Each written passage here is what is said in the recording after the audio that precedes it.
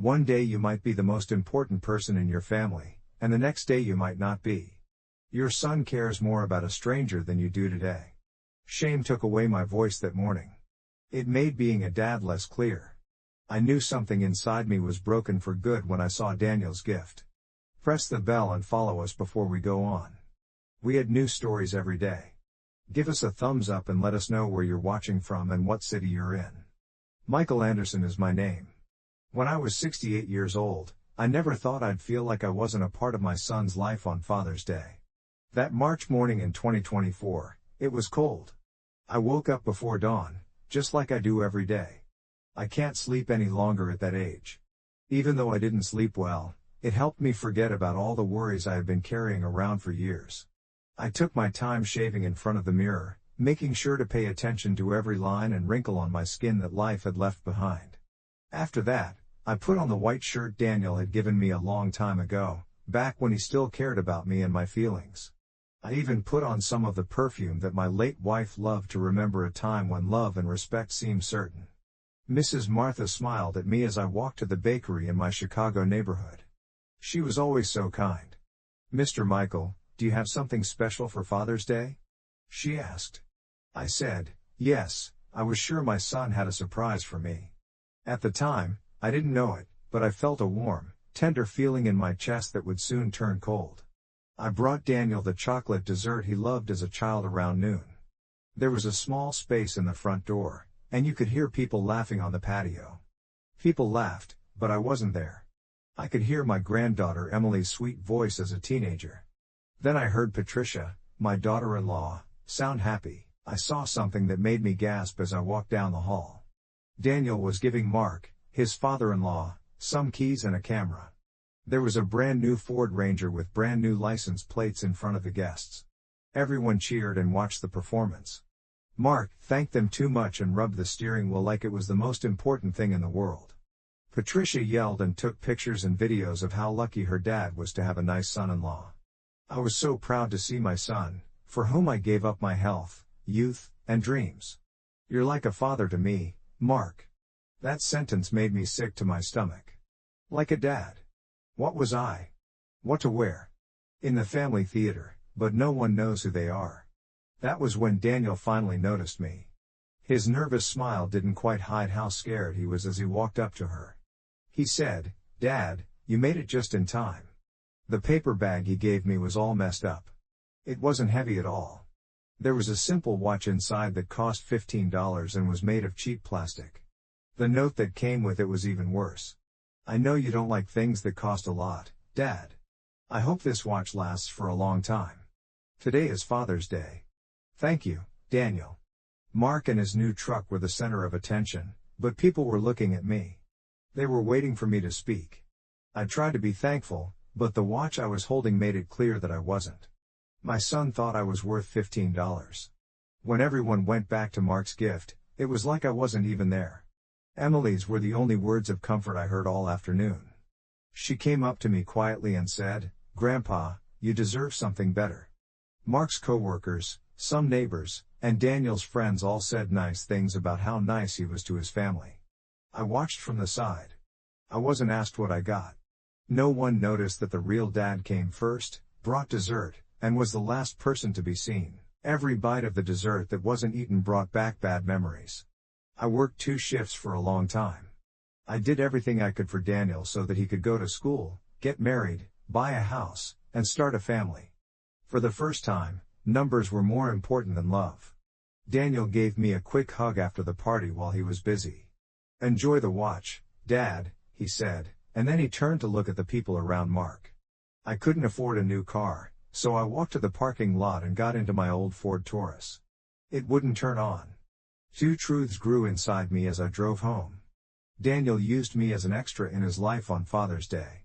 People laughing at each other was the sound of shame that no one wanted to hear. As a provider and pillar, it seemed like my job had become like a piece of furniture that is useful but not pretty. I had forgotten how easy the word dignity was until it became my only safe place. I had never thought about this before, but I did as I sat in my chair and looked at the $15 watch on the table. When did my son stop coming to see me? I looked in the closet. I keep all the receipts there, which show that I gave my life without a doubt. I opened the box with the bills when I got up. Daniel had to pay for swimming lessons, the bike he wanted when he was 16, private college tuition, his wedding loan, his mortgage when he lost his job, and the groceries he had to buy every week to keep his pride when he couldn't support himself. They came and went without making a sound, and their total of more than $200,000 in silent sacrifices. But even with all the money, late nights, and love, he didn't get the most basic thing, people saying thank you and showing him respect on his day. I made a choice that wasn't like me at all that early morning after being awake for hours and looking at the papers. I was going to put myself first for the first time in a long time. Not because I was angry or upset, I was going to do it because I finally understood that you can't expect respect if you don't give it. At 9 in the morning, the bank's open. You gave me some time to think about what kind of father I want you to be for the rest of my life. The person who doesn't ask questions or the person who sets limits late at night. When I stood up, it felt like I had walked through a door that would never close again. I was both calm and scared at the same time. I got ready for the first choice as the sun rose. Daniel would remember that this was the last Father's Day he got a cheap watch. But it was also the first time I learned to value myself before I needed other people to do it for me. That's how my story started. A story that changed how we think about family, love, and respect. After that shameful event, I couldn't sleep because my mind was full of memories. Every picture that made me feel bad was like a cruel puzzle piece that was finally fitting together. I sat in my armchair late at night and thought about all the little things that had happened during a lifetime of devotion that seemed to be over. Daniel's mother died in that crash when he was 5 years old. 5 years old. It felt like I became his mom and dad in one night. I was the only thing that kept his world from falling apart. I remember how tightly he held on to me the first few nights he cried for her. I thought he was going to hurt me. He would cry and say, "Dad, don't leave me." I told him over and over that I would never do it. I worked at the factory for 10 years, doing 2 shifts. He hadn't taken a vacation or a day off in 10 years. I went to the store to get special things for his favorite meals, or I took him to soccer games on the weekends, when most men his age were hanging out with friends or relaxing. I was the only dad who never missed a game. At 16, he asked me for the mountain bike that cost $800. I didn't have much money at the time, but the way he looked at it in the store window made me want it. He got his bike, but I had to eat rice and lentils for 2 months to pay for it. He hugged me and said, "You're the best dad in the world." That made all the hard work worth it. When I got to college, I had to do a lot more work. Daniel really wanted to go to the most expensive college to study engineering. "Dad, my future is there," he pleaded with those eyes he inherited from his mother. The annual cost was $30,000. I sold my wife's blue sedan, the car she loved so much, the one that still held her perfume in the seats, to pay for the first year. The remaining 3 years I financed by working as a night watchman, on top of my day job. I slept 3 hours in the morning and then went to the factory. My coworkers told me I was crazy, that I was going to kill myself working. But I only thought about Daniel graduating, about seeing him walk across the stage to get his degree. And sure enough, when he graduated, he looked for me in the crowd and shouted, "This is for you, Dad." I cried like a child that day, feeling like the proudest man in the universe. I thought all those sacrifices had forged an unbreakable bond between us. The wedding with Patricia cost $15,000. "Dad, I'm only getting married once," he told me. And I, who had never known how to deny him anything, took out another personal loan. I'm still paying it off at 68 years old. Seeing his happiness that day, dancing with Patricia under the golden lights of the hall, made me feel like I had fulfilled my duty as a father. When they bought their first house, they needed $60,000 for the down payment. Without hesitation, I gave them my entire life savings. Then came the furniture, another $5,000. The air conditioning, $3,000. The garden fence, $2,000. Each request came with hugs and promises of eternal gratitude, which I believed were sincere. The hardest moment came when Daniel lost his job 3 years ago. For 8 months, I paid his $2,000 monthly mortgage, plus $500 a week for groceries, plus Patricia's medical bills, plus Emily's karate classes. While Patricia continued going to her beauty salon and buying expensive clothes, I worked overtime to keep their standard of living intact. Doing quick calculations during those sleepless nights, I arrived at a figure that froze my blood. I had invested more than $200,000 in Daniel's adult life. $200,000 that I didn't have, that I borrowed, that I earned by working to exhaustion, that cost me my health and my own dreams. But it wasn't just the money. It was the late nights caring for him when he had a fever as a child. The soccer games where I was the only father who never missed his goals. The school meetings where I always showed up on time. The teenage problems I helped him solve without ever judging him. The life advice I gave him when he didn't know which path to take. I especially remembered his first heartbreak at 17.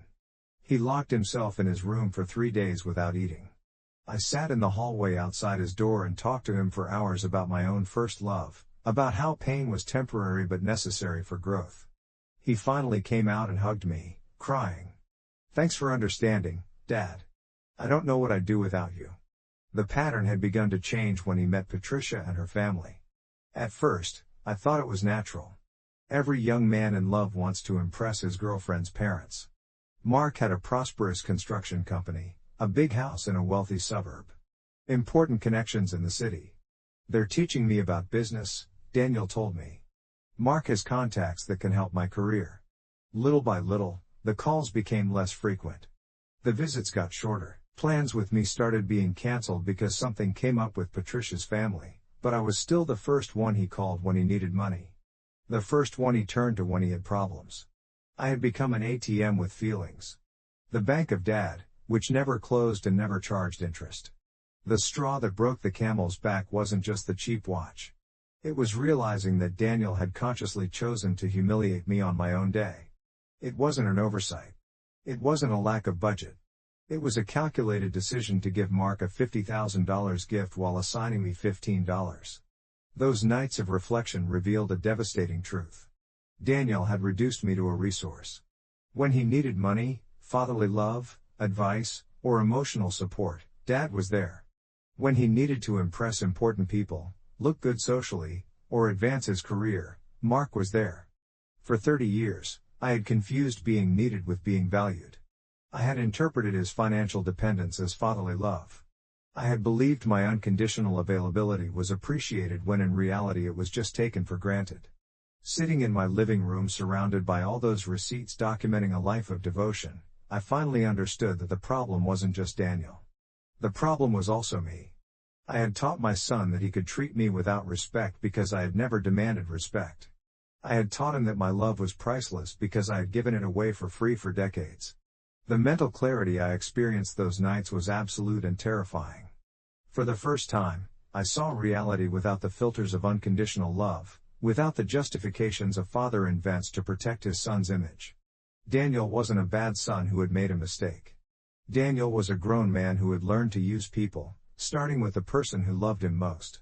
The following Monday, when the banks opened, I would have to make the hardest decision of my life. I could continue to be the father who accepts any crumb of affection just so I wouldn't lose my son. Or I could choose my dignity even if it meant losing the relationship as I knew it. As dawn broke that Monday, I got dressed in my best suit and ate breakfast peacefully for the first time in weeks. It wasn't revenge I felt. It was determination. I was going to teach Daniel something he should have learned decades ago. That true love includes boundaries and that dignity is not negotiable. Not even for family.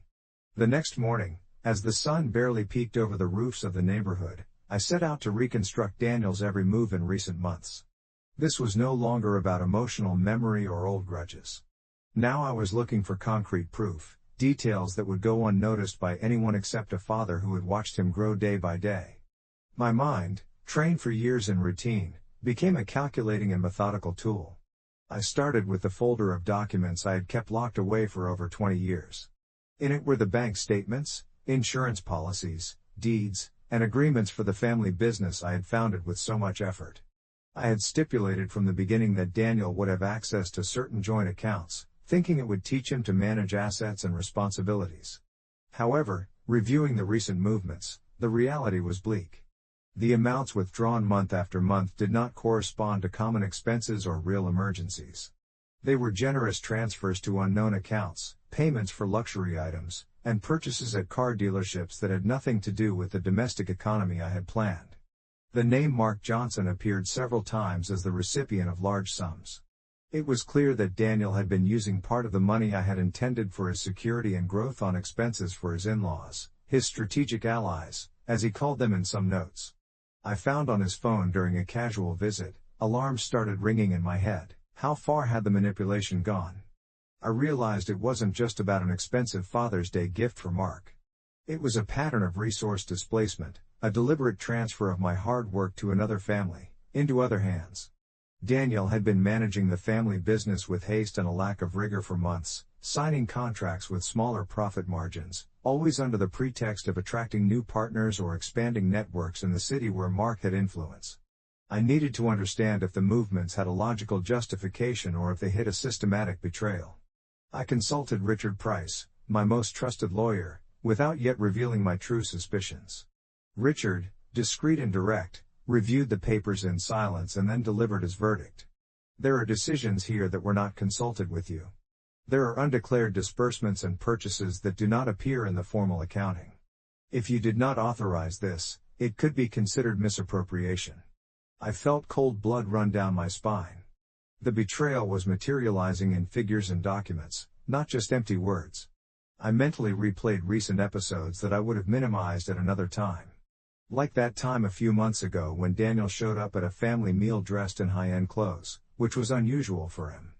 Or the time Patricia mentioned in passing that Mark had helped secure that really good contract for the company just weeks before Daniel asked to increase the line of credit, citing cash flow problems. It all fit. Daniel was using my assets to favor Mark and his circle, seeking approval and social standing among his political family. It didn't take me long to verify old emails and messages exchanged between Daniel and Mark. Most were courtesy emails, coordinating social events, but some contained details about transfers and informal mutual help agreements. Daniel offered guarantees that only I could back, using my name and my company's data as a bulwark of credibility. The last transfer, reflected days before that fateful Father's Day, amounted to a considerable sum intended for the purchase of that Ford Ranger. I remember reading Daniel's justification in that email, and I felt a mixture of sadness and rage. The gesture will strengthen ties with Patricia's family.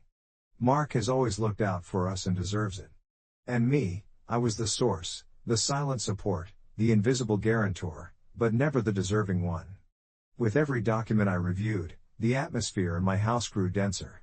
I realized I could no longer ignore the small signals I had pushed aside for years out of love, out of fear of uncovering deeper conflicts. Insignificant details transformed into evidence of a dynamic that had become toxic. Daniel would arrive late to our meetings, avoid consulting on important business decisions, and when I confronted him, he would divert the conversation to trivial matters. The tension was also growing among the extended family. Andrew, my nephew and former junior partner in the company, called me to ask why Daniel had sold certain factory machines that were registered in the name of the family partnership. I didn't authorize anything, I replied, and the concern in his voice was the echo of my own helplessness. Andrew became a key piece in understanding the scope of the problem. I asked Andrew to help me compile all the movements from the last 2 years. We not only found suspicious transfers, but also modifications to the partnership agreement signed without my consent. Daniel had reduced my voting power on the board through an appendix I had apparently signed.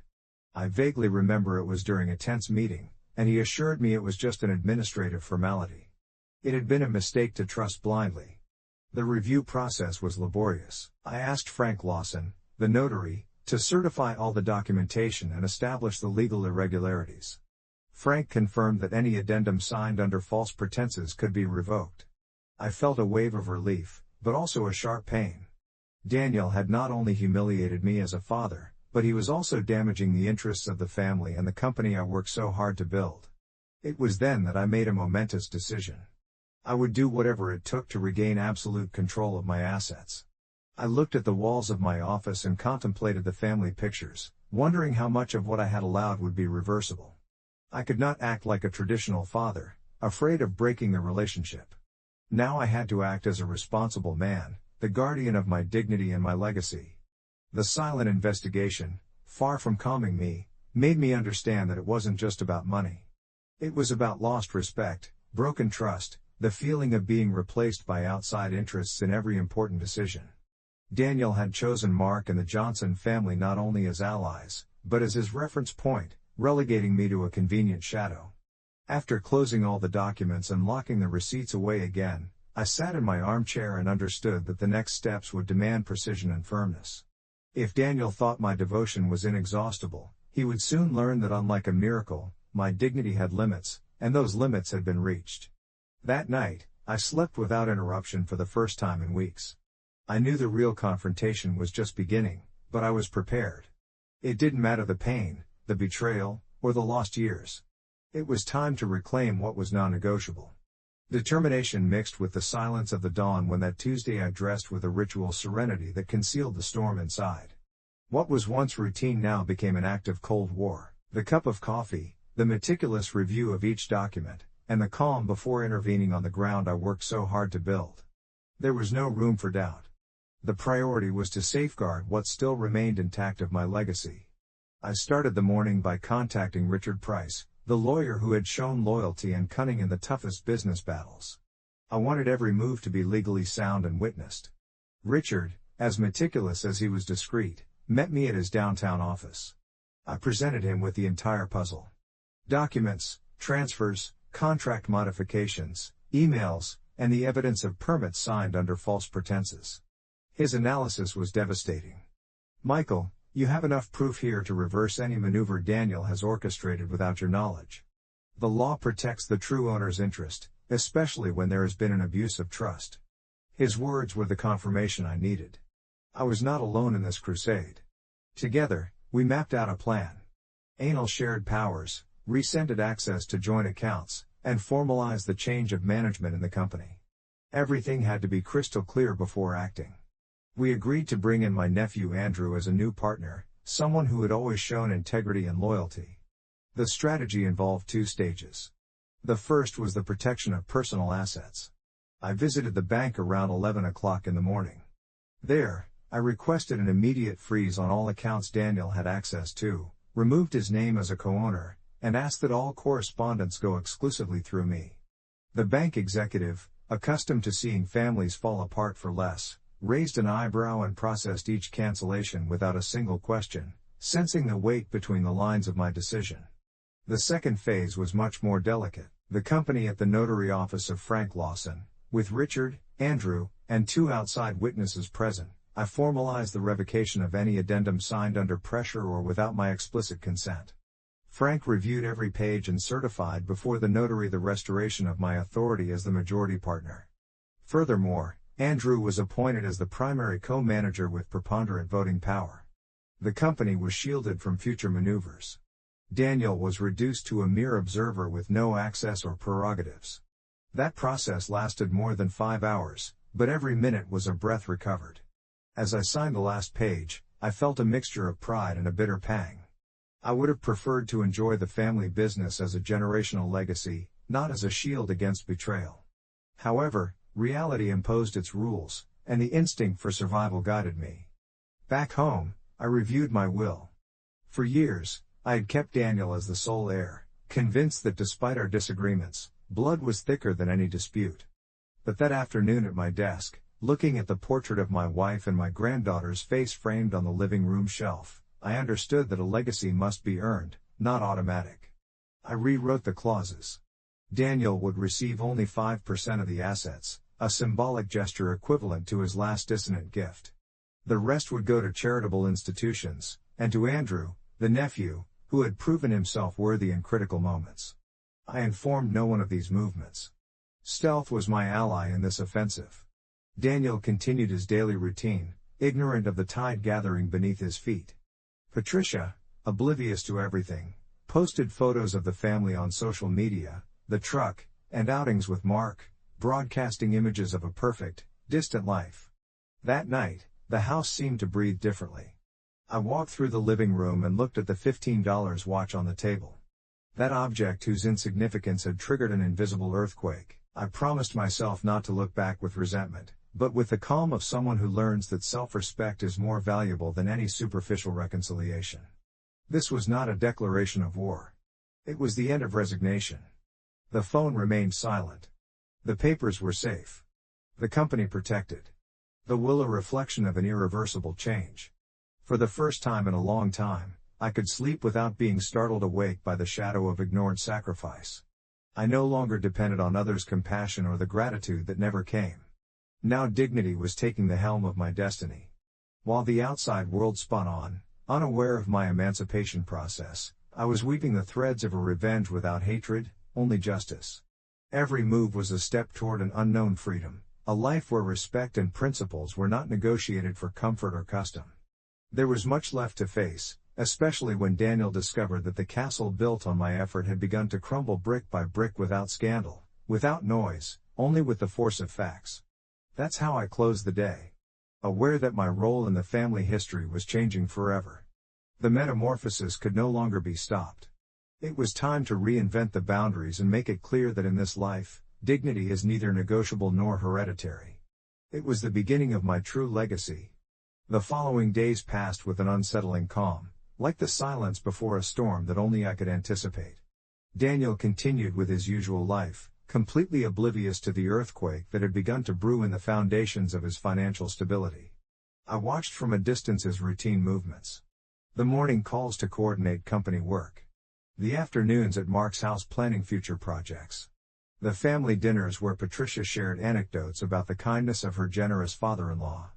The first phase of my plan was executed with millimeter precision. Every morning I verified that the bank blocks were active, confirming that no unauthorized transaction could compromise my decisions. The bank sent me daily notifications of denied access attempts, but they hadn't yet been significant enough to alert Daniel. His daily expenses continued to flow through smaller accounts he managed independently, maintaining the illusion of normalcy. Andrew, my nephew, proved to be the perfect ally for this silent transition. At 35, the same age as Daniel, he had a solid business mentality and a genuine respect for the family legacy I had worked so hard to build. During those weeks, I gradually introduced him to the more sensitive operations of the company without yet revealing the full extent of my intentions. He interpreted these changes as a natural evolution toward his greater involvement, never suspecting he was being prepared to completely replace Daniel in management. Meetings with Andrew were held at strategic times when Daniel was busy with his social or family commitments.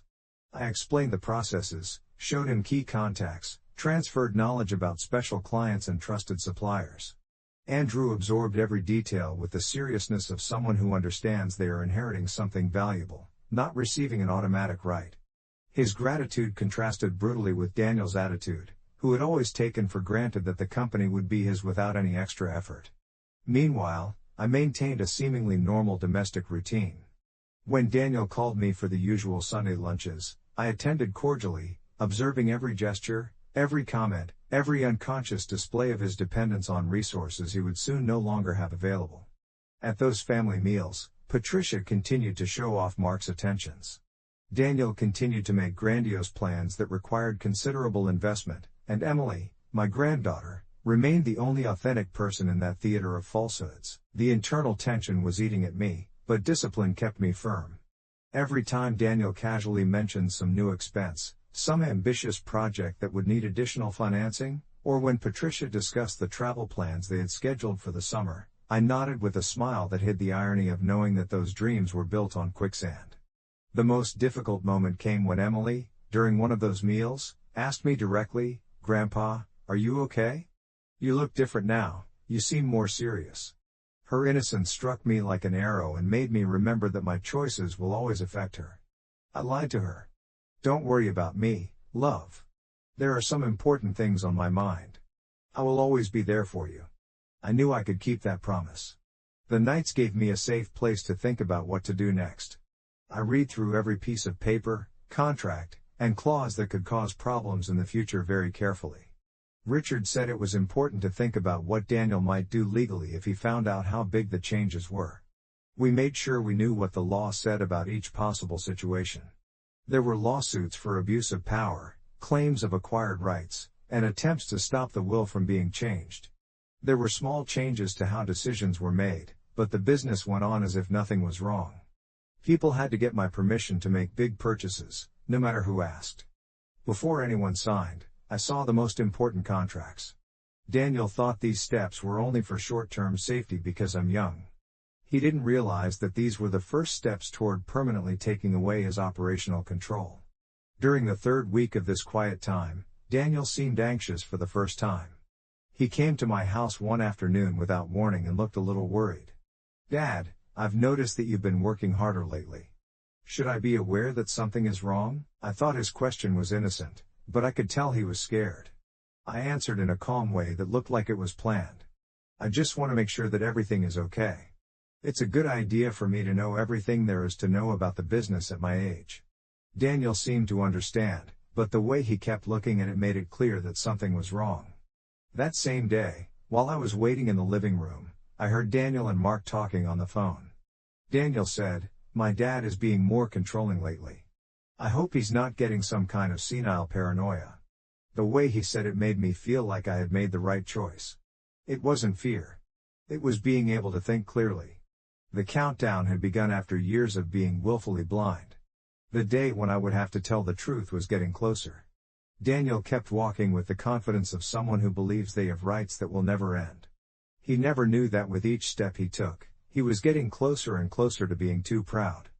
But I got stronger because I was calm like a strategist who knows that the person who prepares the ground best wins. Things looked calm on the outside, but our family was slowly falling apart. Daniel was going to try to get to things that were no longer his at some point. The big earthquake that would change how our family worked for good was about to happen. On Thursday of that week, the last change to the way the business worked took place. Frank Lawson, the notary, was in his office with signs that would show the biggest change in my life. I was almost done with a chapter that started with hope and ended with sadness. The notary's office had legal codes on the shelves, and the air smelled like papers that had been sealed. This is where personal justice would become legal. He was on time and wearing the navy blue suit I had given him months ago, when I still thought he would be Daniel's second in command. He was paying attention and looked a little shocked when he finally understood how important it was. It sounded like he knew how hard it could be to make a choice by the way he spoke. "Are you really sure about this step, Uncle Michael?" I gave a very clear answer. "I am more certain than ever about anything." Frank Lawson started reading the new articles of incorporation with the right amount of seriousness. Daniel felt like a door shut at the end of each paragraph, and Andrew felt like a window opened. The most recent report said that the family business was worth $2 million and that it would be sold for good. Daniel would go from being a majority partner to a 5% minority shareholder who has no say in how the business is run. Andrew is now the majority partner and general manager, with 45% of the shares. I would still be in charge of the other half after I died. After that, everything would go to charities that help orphans go to school. Something silly that only I could really understand. I worked all day and night on my business to make sure my son had a good life. Now, the business would help kids who, like Daniel, needed a break that someone else gave them. It took more than 2 hours to sign. I felt good and sad every time I signed. I was finally in charge of everything that was rightfully mine again, and I felt free. I felt sad because signing each paper made me feel like I was ending a father-son relationship that had lasted for decades.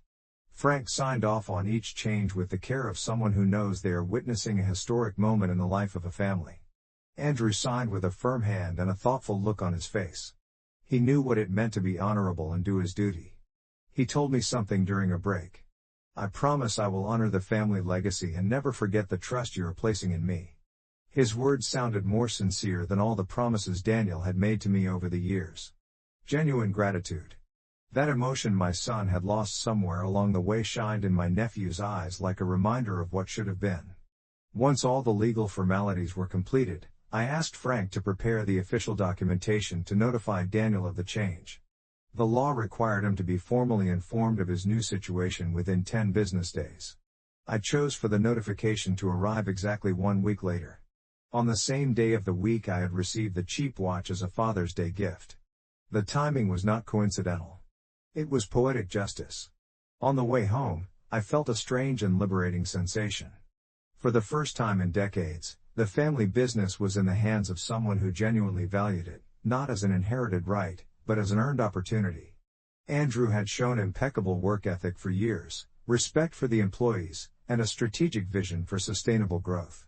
The company would not only survive without Daniel, it would likely thrive under more committed leadership. That afternoon, while organizing the papers on my desk, I found an old photograph of Daniel when he was 8 years old. The day we opened the company's first workshop. In the picture, he was holding a small tool with childish pride, looking at the camera with the purest smile I remembered. I wondered at what exact moment that innocence had been lost, at what point genuine pride had transformed into toxic arrogance. The phone rang several times that week, but I no longer felt the urge to answer every call from Daniel. His text messages became more frequent, asking about business meetings he was no longer invited to, requesting information about decisions that no longer concerned him. I responded with polite evasiveness, maintaining the facade until the moment of the final revelation.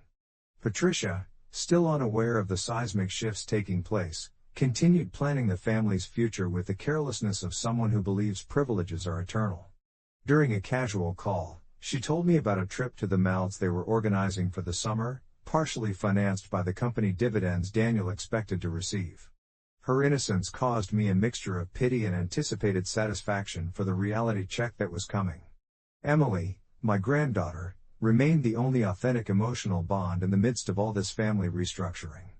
During her visits, I noticed she watched me with growing curiosity, as if sensing the subtle changes in my attitude. Her teenage intuition picked up on nuances that the adults, blinded by their own ambitions, completely overlooked.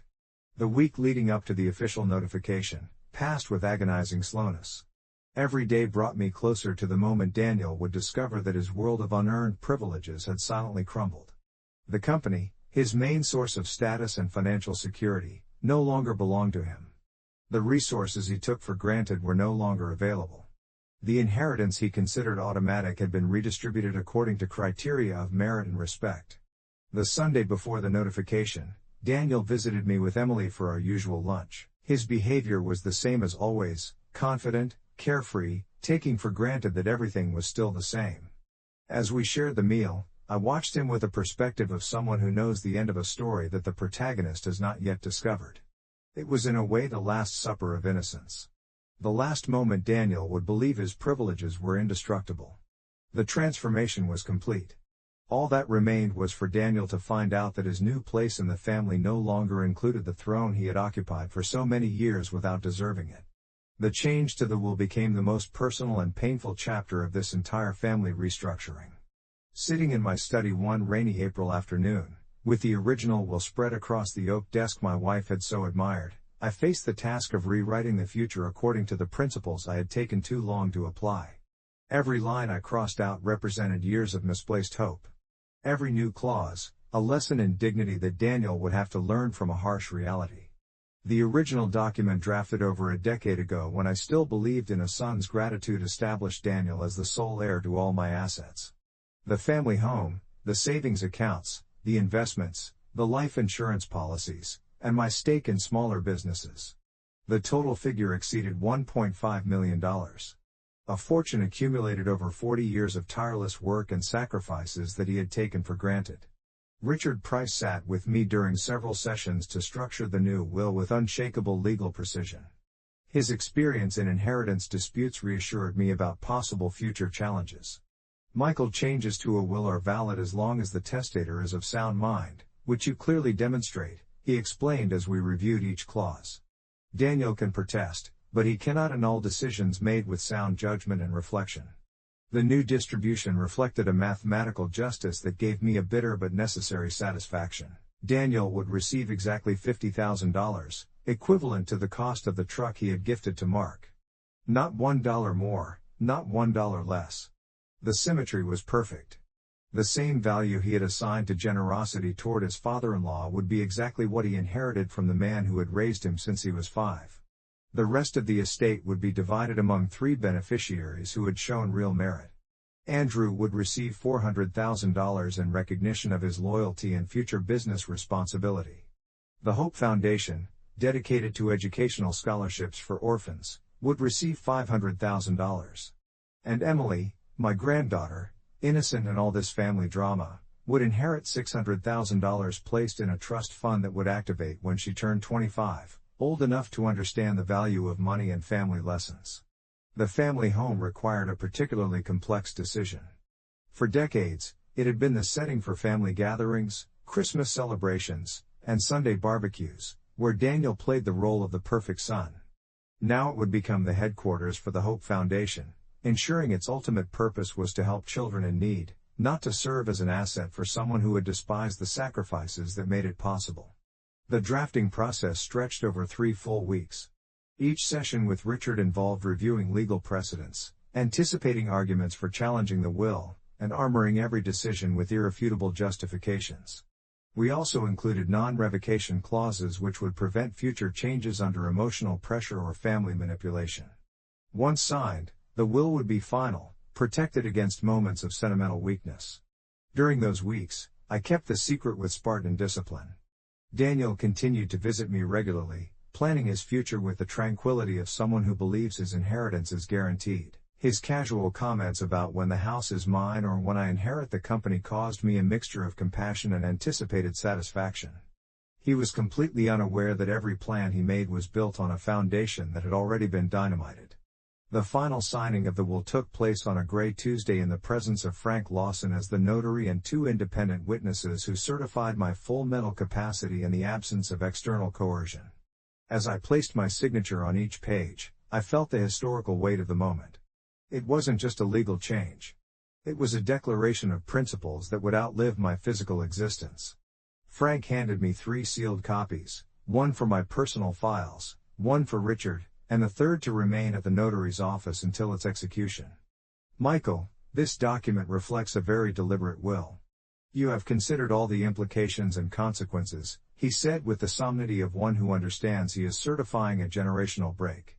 Daniel is in for a massive surprise when the time comes. The most disturbing part of the whole process was the nights following the signing.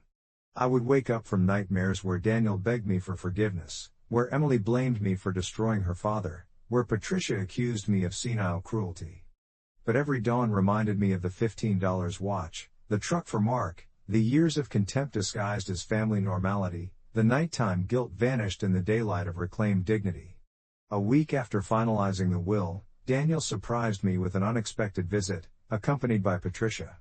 They came to officially announce the news of my daughter-in-law's second pregnancy, a joy that should have thrilled me, but which I received with mixed feelings. "Dad, you're going to have another grandchild," Daniel announced with genuine fatherly pride. "We're hoping you can help us with the medical expenses like last time." His automatic request for financial help, phrased as if it were a natural obligation, confirmed once again that I had made the right decision. Daniel still saw me as an inexhaustible source of resources, not as a person deserving of respect. I promised him I would consider his request, knowing that he would soon discover my financial support had come to a permanent end. Patricia, more perceptive than my son, detected something different in my attitude. "Michael, I notice you've been more distant lately. Are you two okay?" she asked with concern that seemed genuine. I assured her I was just reflecting on the future, a half-truth that hid the complete revolution I had executed in the shadows. The will was sealed, the future redefined. Personal justice served on a legal platter. All that remained was to wait for the inevitable moment when Daniel would discover that his privileges had expired, along with my infinite patience. The inheritance he considered guaranteed had evaporated, transformed into lessons of humility he would have to learn when it was far too late to change the final verdict. The countdown had begun. Every day Daniel continued to behave like a privileged heir was one day closer to the most brutal awakening of his adult life. The awakening came on a Tuesday morning exactly 4 weeks after my visit to the bank. Daniel had tried to use his corporate credit card to make a considerable purchase at an appliance store preparing for the arrival of the new baby. The transaction was automatically declined, setting off a chain of events that would shatter his false sense of financial security forever. His first reaction was technical disbelief. He immediately called the bank, assuming it was a system error, a temporary glitch that would be resolved with a simple phone call. The account executive explained with cold professionalism that the card had been canceled by the decision of the primary account holder. Daniel insisted there must be a mix-up, that he had been an authorized co-owner for over 5 years. "Mr. Anderson, the modifications were made personally by Mr. Michael Anderson on March 22. All additional cards associated with his accounts were canceled that day." The bank employee informed him with the neutrality of someone stating objective facts without emotional implication. Daniel hung up the phone with trembling hands, understanding for the first time that something fundamental had changed in his relationship with me. He immediately tried to access the joint accounts through online banking, but his login credentials had been deactivated. The system showed him a brief message. User not authorized to access this information. Please contact the primary account holder. Reality began to hit him like an implacable avalanche. For years he had managed those accounts as his own, disposing of funds without restriction or supervision, and now he found himself completely excluded from the financial system that supported his standard of living. Patricia, initially sympathetic to what seemed like a temporary technical difficulty, began to show signs of anxiety when Daniel confessed the magnitude of the problem. What do you mean you can't access anything? Don't you work for your dad's company? Where is my father? She kept asking, more and more horrified. Daniel had to admit that he had never really looked at the legal papers because he thought his family would keep him safe. Daniel went to the family business that same afternoon to try to get a better understanding of things from a different angle. But he was even worse than he thought. Andrew was in charge of a meeting with the main contractors at the desk he thought was his by birth. The workers were nice to him, but it was clear that they had been told to send all important business decisions to Andrew. Daniel asked in a tense voice, knowing that the workers were watching him. Andrew answered in a polite and tactful way. Uncle Michael is relaxing at home. Because of his instructions, I'm in charge of running things this week. Daniel kept hearing the word tasked over and over. His cousin, who was 3 years younger than him, was using the power he thought he had. They told Daniel he couldn't look at the business's financial records. They had changed the security codes and taken his name off the list of people who could use the computer. Digital barriers got in the way every time he tried to get information. This showed how well thought out his exclusion was. He was so desperate that he talked to Andrew in person and in private.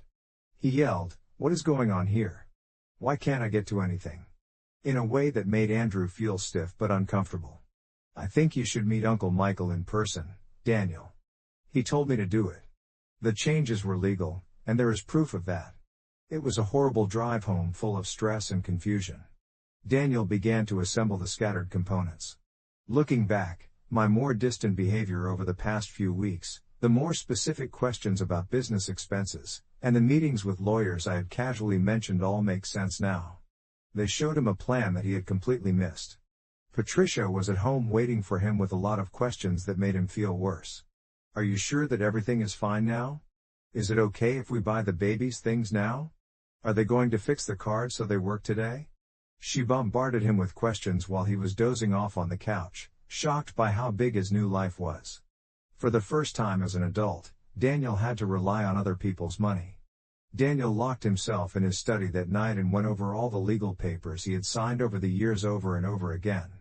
He told Patricia vague reasons for the financial block. There are clauses for power of attorney, partnership agreements, and corporate participation. It had all turned into a maze of legal terms that he had never taken the time to fully understand.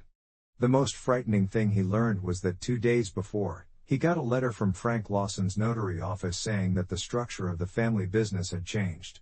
The paper, which was written in a lot of technical jargon, basically said that his share had been cut to 5% and that he couldn't vote or have a say in important decisions. Daniel's hands shook as he thought about how it would affect his finances right away. His monthly income would drop to a very low level. He had just lost a lot of money, and all of his fixed costs, his house, car, insurance, and Emily's private school tuition, were based on that money. For the first time in decades, he might really have to live off of his salary as an employee, without the help of his father, which he had always taken for granted. He woke up early and walked around the house like a caged animal. He thought of bills he couldn't pay, plans he had to cancel, and a way of life that was slowly falling apart in every room. He felt like he was going to lose everything when he realized that all the promises he had made to Patricia, all the plans he had made for the family, and the whole picture of success he had painted depended on his father's kindness, which he had taken for granted until then. Daniel called me at 6 a.m. because he couldn't stand the uncertainty any longer. It was time for the talk that would change how our family gets along for good. But he still didn't know how big of a change he was about to go through. The first call came in at 6:15 in the morning, interrupting my quiet breakfast with the sense of urgency that comes with being desperate for the first time. I saw Daniel on the phone screen and decided not to answer. I wanted him to feel the stress and weight of not knowing what would happen and not getting answers to his questions right away. The phone rang 8 times and then stopped, but I knew it was only the beginning of a very long day. The second call came after 15 minutes. In this case, he left a voicemail, and I calmly listened to it while I spread jam on my toast. "I need to talk to you right now, Dad. The bank accounts have changed in a weird way. Please call me as soon as you get this." Even though he spoke calmly, I could feel the tension and barely contained panic that I had known since he was a child. For the next 3 hours, my phone kept ringing with calls that I missed. Daniel changed his mind about his plans. Calls from his own phone, the house phone, and Patricia's phone. He also tried to reach me on the business phone. He got more and more desperate with each missed call, and I could see him pacing back and forth, getting more and more angry. He started getting text messages when he realized the calls weren't going through. The first one was brief. "Please answer, Dad. It's necessary." The second one seemed more tense. "I need to find out what's going on with the accounts at the bank." He had lost all of his cool by the 10th message. "Please don't hurt me like this. I need to pay for things right away, and Patricia is worried. Right now, I need to talk to you." I picked up the 47th call, which came at 2:30 in the afternoon. I couldn't tell who it was because his voice on the other end of the line was so shaky and high-pitched. I hadn't heard that kind of weakness in him since he was a teenager. "Thank God you answered, Dad. Something bad has happened with the bank. I've been trying to reach you all morning." "To be honest, Daniel, nothing bad has happened." I told him, "I've decided to keep you from accessing my personal accounts." I was calm, but he was crazy. "From then on, you could only use your own money." There was a long pause, and I thought the call had been dropped until I heard him breathing heavily on the other end. "What do you mean my own money?" "Dad, I work for the family business. I have to go do my job. I have to look after my family. You can't do this without letting people know." It sounded like he was angry instead of begging, as if I needed his permission to make choices about my own property. I understood the irony in what he said. He talked about family responsibilities, but he didn't care about me at all. "For the past 30 years, Daniel, you've been living off of my money. With my money, you buy your father-in-law a nice watch and then give it to me. I told you, with the patience of someone who has already made up their mind, that it was time for you to learn how to really be on your own." He would say what he wanted to say. People used Emily as a shield against harsh accusations, threats to break up the family, and emotional blackmail. He said, "This can't be legal," as if he was looking for any reason to change what couldn't be changed. "I have a share in the business. I already have rights. You can't just leave me like this." I calmly told him that a lawyer had helped make all the changes, that the papers were signed and notarized correctly, and that Richard Price would be happy to talk about the legal parts if he had any questions. Daniel talked about all the stages of grief for more than an hour. Denial and bargaining can make you depressed. He used every argument he could think of. My age, the chance that my mind will get worse, and the effect of people from outside. He even told me that Andrew had lied to me to make me change my mind. There were facts and legal documents that made it impossible to question every defense. "Please think about Emily, Dad. Think about the baby that's coming. Are you really going to punish the whole family because of a gift mix-up?" He begged me using the emotional card that had worked on me in the past. But this time, my answer was different. "Daniel, I'm not punishing anyone. I'm teaching about what happens. Emily will always be my favorite granddaughter, and the new baby will be my grandchild as well. You can still be my son when you learn to respect me." When the call ended, Daniel had gone through all his disagreements without getting a single concession. I made it clear that the automatic transfers were stopped, that his job at the company was cut down to the legal minimum, and that he could no longer use family resources. There was no way to talk, and there was no second chance. The decisions had already been made, and they couldn't be changed. That same afternoon, Patricia called to try something different. She was going to act like she cared about my health while also begging for the family's money. "Daniel is really angry, Michael. He says that a lot has changed with his money. Is everything all right? Have you had any health problems that made you make a quick decision?" Her tone made it sound like my choices might be because I'm getting older or confused. I was polite but firm when I answered. I'm doing well mentally, Patricia. Thank you for asking. I thought a lot about how to show my family respect and keep my own dignity before making the changes I did. Daniel needs to learn how to take care of himself, just like any adult. What I said was clear. Dads were no longer giving money. The next calls that afternoon came from people you wouldn't think would call. Mark, Daniel's husband's father, called me and was polite but worried. Michael, I've heard that things haven't been going well in the family. As a member of the family, I wanted to do everything I could to help fix things. He found out through his call that Daniel had already started looking for other ways to make money. My answer to Mark made me feel really good. Mark, there is nothing that needs to be cleared up. Daniel will have to learn to live without my money. I also hope he loves the truck you bought with my money. From now on, every gift he gives you will come from his own money. Then, there was an awkward silence that made me think Mark was beginning to get what this meant for his relationship with Daniel. Daniel made his last call of the day at the end of the day, but this time it was very different. I hadn't seen that kind of desperate humility in decades. The pride was gone. Please let me fix this, Dad. Tell me what I need to do to earn your trust again. For the first time in the conversation, I thought I heard something that sounded like a real admission of the problem. My point of view, on the other hand, did not change. You should have respected me before you made fun of me in front of everyone, Daniel. You have to deal with the results of your choice now, and I will deal with the honor I have regained. I didn't lose my determination when I got 47 calls in one day. We couldn't go back now that the lesson had started. 3 days after the day of the 47 calls, they met in person. Daniel knocked on my door on a Friday afternoon when Patricia and Emily weren't there. He looked worn out and his clothes were wrinkled, as if he hadn't slept well or at all. When I saw his red eyes from stress and not getting enough sleep, I thought of the 5-year-old boy who was crying for his mother. But this time, the tears weren't from real emotional pain, they were from fear about the economy. Dad, we need to talk, he said in a hoarse voice. Then he gently pushed the door open and walked in without waiting for an invitation. He was acting like he was going to lose it. He would move quickly and then stop moving completely. I sat in my usual chair and pointed to the couch, getting ready for a talk I had been looking forward to for weeks. He started by putting papers on the coffee table and saying, I've been going over all the papers, all the contracts, and all the changes you've made.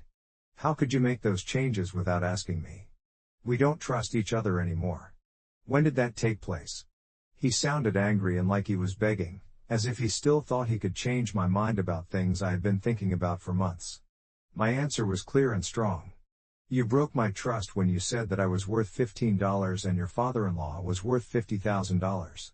Every time you used my money to help someone else and treated me like I was just another piece of furniture in your life, you lost my trust. He couldn't look me in the eye as I told him all the times I had betrayed him. Dad, I know the gift was wrong and that I was unfair to you that day, he said. This was the first time I had heard him admit guilt since the whole thing started. But do you really think that justifies completely destroying my financial stability? Do you think it's fair to take away my access to the business I helped build? His argument showed that he still didn't fully understand the main issue. Daniel, you didn't help build anything. You worked for a company that I built over 40 years, and you used my resources without limit. I made this clear with the necessary cruelty of the truth. And it's not just about the present. It's been about 30 years of taking me for granted, seeing me as an emotional ATM, and putting strangers ahead of the person who raised you. Every word was a direct hit to his overly high self-esteem. Daniel got up from the couch and started to pace the living room. I remembered this behavior from when he was a child and had problems he couldn't solve with excuses or manipulation. Fine, I recognize all my mistakes, he said. I know I've been a bad son for years, with too much drama. How can I show that I can change? How much does it cost you to let go? He still didn't get it when he asked. Daniel, this isn't about you forgiving me. It's all about manners. I told them it wasn't about paying a price, but about showing an attitude. I don't have any more patience. For years, you had a million chances to be nice to me, but you missed them all. I'm not going to tell you what you need to do to get back privileges you never earned. Patricia came an hour into our talk. When Daniel realized that his own arguments weren't working, it was clear that she was sent to help him feel better. Her plan was different, and it spoke directly to my need to protect my extended family. I know you're mad at Daniel, but please don't forget about us, Michael. And the baby that will be born soon. Do you really want your grandkids to think of their grandfather as someone who runs away from his family when things get hard? I told her that my grandchildren would see a grandfather who treats himself with respect and shows them that dignity is important. Not giving in to her emotional blackmail to change my mind. They will learn that their actions have consequences and that loving your family means setting limits and taking turns being responsible. She looked shocked, which meant she wasn't expecting such a clear and firm answer. Daniel and Patricia kept talking for 3 more hours, switching between different ways to make their point. There were threats of the family breaking up completely, promises of immediate radical change, offers of financial compensation in the future, and even suggestions that we go to family therapy to fix our communication problems. Every suggestion was met with the same firmness. What if I give Mark's truck back? Daniel asked her to marry him when he seemed to be inspired. What if I told him I was wrong and wanted my money back? He was still thinking about things in terms of transactions, like our relationship was a business where mistakes are fixed by changing the books. I told them that the truck wasn't the problem, it was the way they were thinking that made them choose it. As soon as it was clear that I wouldn't give in, the sun went down and Daniel got more aggressive. This can't be it, Dad. I'm going to talk to some lawyers about this. I'm going to ask you about every choice you make. You can't ruin my life because you're having a fit. I felt sorry for him instead of scared because I knew Richard had made sure that no one could question anything he did. I told Daniel that he could talk to as many lawyers as he wanted. But I can tell you that all the paperwork is in order right now. I knew my rights and had a lawyer help me make the changes. The only thing that can happen is that you spend money you don't have on a case you can't win. He felt like the truth about his legal situation hit him like a hammer. The goodbye was tense, and that was it. Daniel walked toward the door with the look of someone who has just realized they lost a war they didn't even know they were fighting. He said, "Dad, I hope you can live in peace with what you've done," as a last-ditch effort to make her feel bad. After months of thinking about it and making up my mind, I gave my answer. "Daniel, I'm going to be happy with myself for the first time in a long time." I leaned back in my chair and thought about how quiet my house was after they left. It wasn't the quiet of being alone. It was the quiet of realizing your worth again. After 30 years of being emotionally dependent on others without pay, I became a man who didn't care what other people thought of him and had full respect for himself. The fight was over, but no one made up or felt bad about what happened. Daniel and I would both have to learn to live with the peace of having set limits while there was still time to save my dignity. 6 months after that important fight, life had changed completely for everyone in this family story. My house, which used to be a place of stress and unmet expectations, had become a peaceful haven where I could make all of my own decisions. The thought of getting important calls, asking for money, or dealing with someone else's crisis in the morning no longer made me nervous. Daniel had been hit hard by the harsh realities of the economy, and his father had not helped him at all. Mark had to give up his truck first. I had to sell it for less than it was worth to pay for things that I usually didn't have to pay for right away. Emily said that one of the hardest parts of the whole thing was having to explain to his father-in-law why he had to give the gift back, which made him feel bad. Patricia had to shut down her fancy beauty salon and find a job somewhere else that paid less. There was a lot less grocery shopping every week. There were almost no social events, and the trip to the Malds was put on hold for an unknown amount of time. The second pregnancy was not a family celebration where everyone pitched in to pay for things. Instead, it made Daniel's money problems worse, and he had to deal with them on his own. The family business grew in a way that surprised and pleased me under Andrew's leadership. My nephew showed that he could think ahead in a way that Daniel never could. He made changes to the way the business worked that made it more productive without making the service worse. The staff liked the new leadership because it was more collaborative and less impulsive. Daniel tried to make peace in a roundabout way several times during these months. Birthday cards with long messages, invitations to family events sent through Emily, and even small gifts left at my door without a name. He got polite responses to all of these things, but not the emotional response he was hoping for. My stance stayed the same. It's not enough to do symbolic things to get back the respect you lost decades ago. I put things on my personal calendar that I had been putting off for years. I was surprised that taking oil painting classes at the nearby cultural center was a way to be creative. The book club became a lively place for deep conversations, and I felt like my life experiences were really appreciated there. I was free to use my own money to pay for short trips to famous American cities. These trips brought back the excitement of finding new things and going on adventures. Emily was still the best way for the two sides of the family to connect emotionally. She kept me in touch with the younger generation by visiting me often, which helped me keep my beliefs about Daniel. In the afternoons we spent together, she would tell me in private about her dad's money problems and how he had changed for the better. Less pride, a greater willingness to work hard, and a slower acceptance of past mistakes.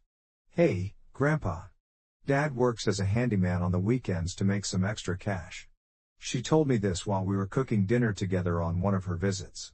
His mother says she's never seen him so eager to work for free to help the family. What she said made me feel two different things. Knowing that the lessons were working made me both happy and sad. Sadness for the harshness that had to be used to teach. At first, Patricia was able to adapt better than Daniel, which was a surprise. She finally got a job as an office administrator in a doctor's office. She was able to help the family make money for the first time in years. Over time, her feelings for me changed as well.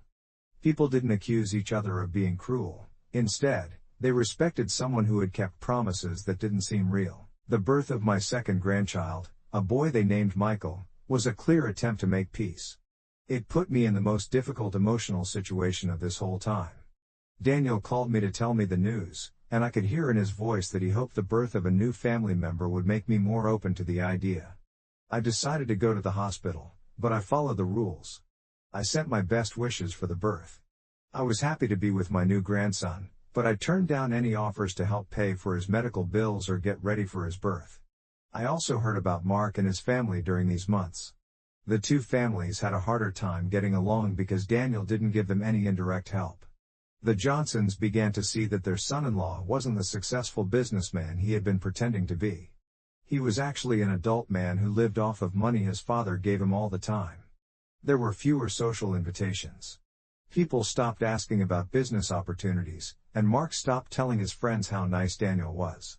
Andrew kept me up to date on how the company was doing, and he sometimes told me about Daniel's trips to the office. Uncle Michael, Daniel comes by often to see if there are any extra jobs, weekend projects, or ways to make extra money. He told me this at one of our monthly meetings. His whole way of thinking has changed. He doesn't act like he owns the place anymore. We ran into each other by chance at church on Sunday, and that's when I saw the biggest change. Daniel came up to me after the service with a humility I hadn't seen from him since he was a teenager. He saw me from a few rows back. "Can we get coffee after, Dad? Just to talk." "Don't ask for anything," he said, his voice shaking. I said yes to the invitation because I wanted to see if the changes on the outside matched up with the real change on the inside. Daniel told me the truth about his life and admitted more about the mistakes he had made in the past during our 2-hour talk at the coffee shop in the city. He nervously stirred his coffee and said, "Dad, these last few months have been the hardest of my adult life, but also the most educational. For the first time, I truly understand how much you sacrificed for me, and how little I valued you in return." His words sounded different from the desperate apologies of months prior. More thought out and less focused on getting quick results. But I still held on to my main point. You can't get back respect by confessing late, you have to change your behavior over time. I told him that I liked his new point of view, but I would need to see proof of real change over time before I would think about changing our relationship. "Daniel, you had 30 years to be thankful and respectful. You can't expect 3 decades of emotional neglect to go away in 6 months of hard work. There is no magical ending to the story here because real life doesn't usually have happy endings like movies do. Daniel is still having trouble with money and learning things he should have learned years ago. I still enjoy a personal freedom I had forgotten about, and I'm learning more about who I am outside of being the unconditional provider father. I still love my grandchildren Emily and little Michael. Family ties that go beyond problems between generations. In many ways, Patricia has been more grown up than her husband. Andrew keeps showing that the family business is better off in the hands of someone who really cares about it. There is no emotional hug or promises of forgiveness at the end of this story. It ends with the idea that personal dignity is more important than fake family harmony and that it's never too late to teach respect, even if it hurts everyone involved. Some real endings are better than endings that are forced to be happy. If you like this story, please give it a thumbs up. Please leave your thoughts in the comments and subscribe to the channel. Click on the box on the left to hear the next story. Thank you for being here.